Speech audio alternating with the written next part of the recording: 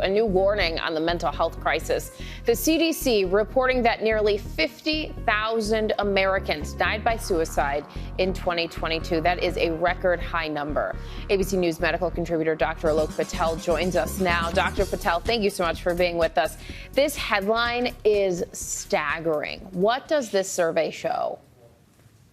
No, Janae, this is a headline we never wanted to see. The number of suicides in this country have actually been increasing since 2006, slight dip in 2019 to 2020. But as you mentioned, 50,000 suicide deaths, that's nearly one suicide every 10 minutes, with the largest increase being seen in adults above the age of 65. Fortunately, a little dip in adolescents and teens, but we have a lot of work to do. Well, almost one every 10 minutes is just unimaginable. Is there any sense of why this is happening?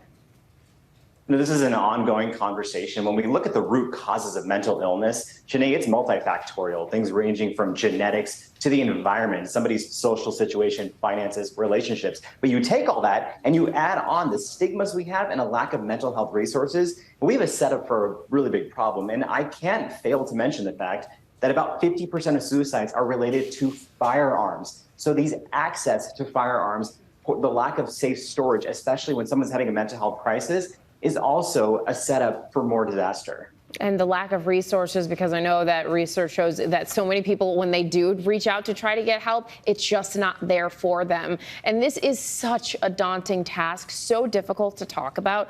Dr. Patel, how can we check in with our loved ones and with ourselves, a mental health check-in? I think we all need to stay empowered and realize that as we look towards national solutions and public policy, there's a lot we can do on the individual level. In the same way people know 911, people need to know 988, the suicide and crisis lifeline. You can call them, you can text them, and it's important to check in with people. Just offer an ear, a non-judgment free, a non-judgment zone. Be there for people, help keep them away from feeling isolated, which can increase the risk of a suicide crisis. And also, when we check in with family, loved ones, colleagues, remember to also follow up, not just stop for a moment and say, are you okay? But follow up later and see how they're doing. And again, remind everyone that they're not alone. And as any healthcare professional can tell you, mental illness and suicide knows no demographic, socioeconomic, or racial boundaries. It affects all of us. There is someone who wants to help you. That is such a good point. You are not alone. I had to check in with my therapist yesterday. It always does the body good. Dr. Patel, thank you so much. Well, hey there, GMA fans. Robin Roberts here. Thanks for checking out our YouTube channel. Lots of great stuff here. So go on, click the subscribe button right over here to get more of awesome videos and content from GMA every day, anytime. We thank you for watching, and we'll see you in the morning on GMA.